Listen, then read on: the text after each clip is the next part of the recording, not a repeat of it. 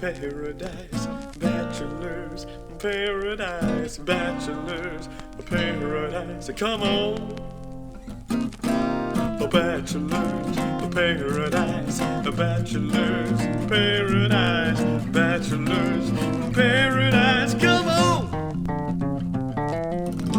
Bachelor's Paradise, starring Eric Pierce as Robert Turner and Matthew Leddy as Cornelius Crane, created by Ivan Asen. Time, 1950s.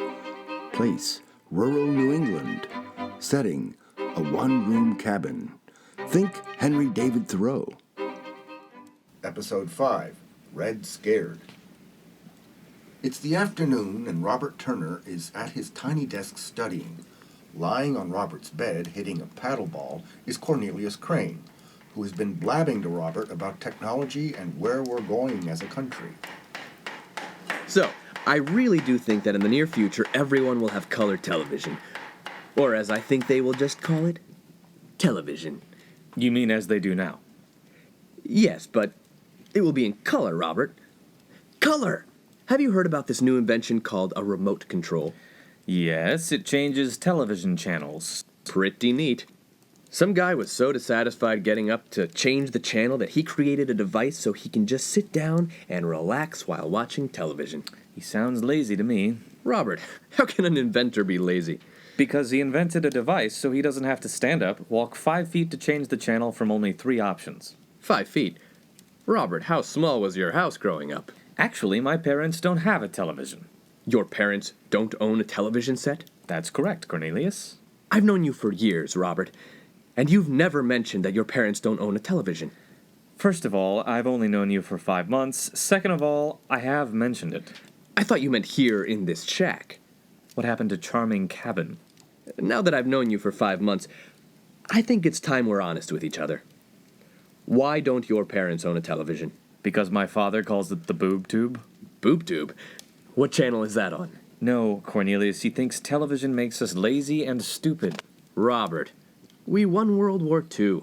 We're living in a utopia. Americans can afford to be lazy and stupid for a little while. We deserve a vacation. You know, Cornelius, you can just give me the $8. $8? $8 for what? We both know why you're here. It's the first of the month and my rent is due. I'm just hanging out with my little buddy. I'm studying. You're talking about the advancements and future of television. What about putting boobs on television? All over television? Don't you have magazines for that? You have such a radio imagination, Robert. Can you please just give me my $8 and leave me to my schoolwork? Robert, I'm not going to pay you to do your own schoolwork. The $8 is for the rent. You know tomorrow is Groundhog's Day. I'm praying for a short winter because I guarantee that Ms. Jenkins has great bosoms. She's always so bundled up. That is what you're praying for? A short winter? Have you ever heard of the Cold War, the Soviet Union? I'm not following you, Robert. You want me to pray for the Cold War and the Soviet Union? No, Cornelius, I don't want you to pray for the Cold War and the Soviet Union. I want you to pray for peace with the Soviet Union to end the Cold War. Ah, must be Miss Jenkins. I'll get it. I'm sure she'll be happy as a clam to see you. Shellfish is an aphrodisiac, Robert. I hope Miss Jenkins is wearing Levi's. I'll assume that was not Miss Jenkins. It wasn't even a miss. Robert, I don't want to alarm, but standing outside this shack is a Soviet. A Soviet? How can you tell? You didn't even engage with him. Is he wearing a Red Army uniform? Is he Nikita Khrushchev? No, he was dressed just like a normal person. Then how do you know he was even communist? Because, Robert, as a red-blooded American male from a pre-Mayflower family, I know a communist when I see one. And that man, Robert, is a communist. Maybe he's an American. There are no communist Americans. Maybe we should just let him in and see what he wants. I don't think that's a good idea, Robert. You see, you were right. About? Praying. I haven't really prayed since I realized it was worthless, and now look. You and I are at the center of the Cold War, facing down a Soviet mongrel. Robert, I'm scared. I'm red scared. You know, I can hear everything you say. This door is just plywood. You'll never take us alive, Pinko. Robert, get the cyanide. You're being ridiculous. Hello, sir. I'm sorry for my friend. Please don't take any offense. All Americans aren't so pig-headed. Only real Americans eat pork chops. Apologies again. My name is Robert Turner, and this is Cornelius Crane. That's Cornelius Oxford Crane, XVI. Pleased to make your acquaintances. I am Nicholas Alexander Konstantin Mikhail Yuri Leonid Alexeyevich. Wait, aren't you the famous Soviet dissident that escaped from the Gulag? You're adjuncting here this semester, aren't you? Yes, I am. You know your facts, Mr. Turner. I'm very impressed. Please come in.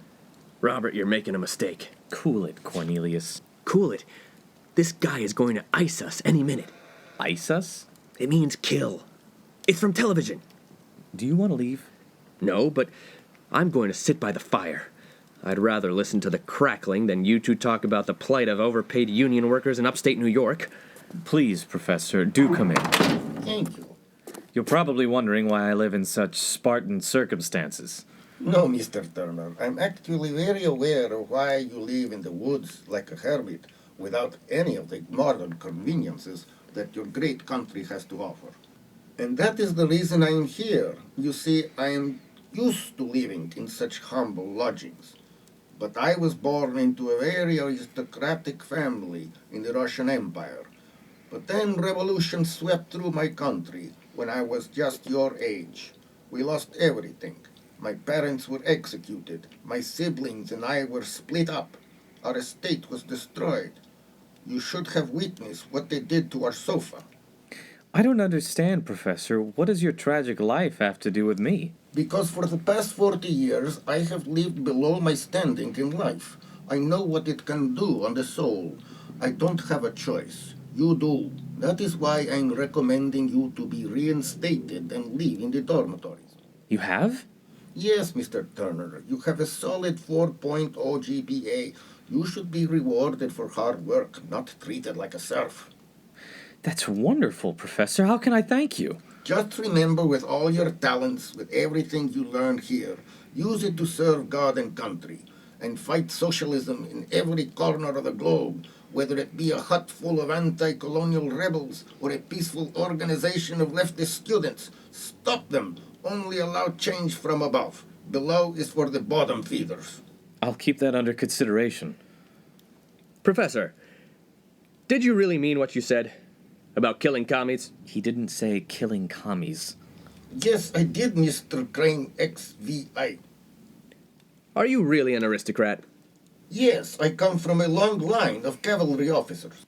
My great-great-grandfather fought the filthy frog Napoleon.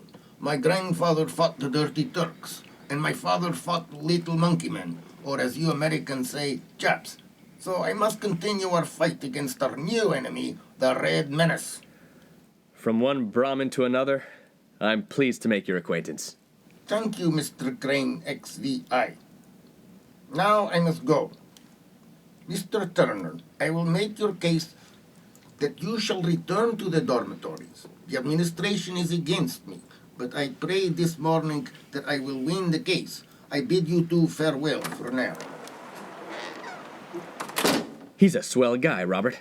I don't know why you didn't give him a chance. Yes, Cornelius, it'll be great to be back in the dorms.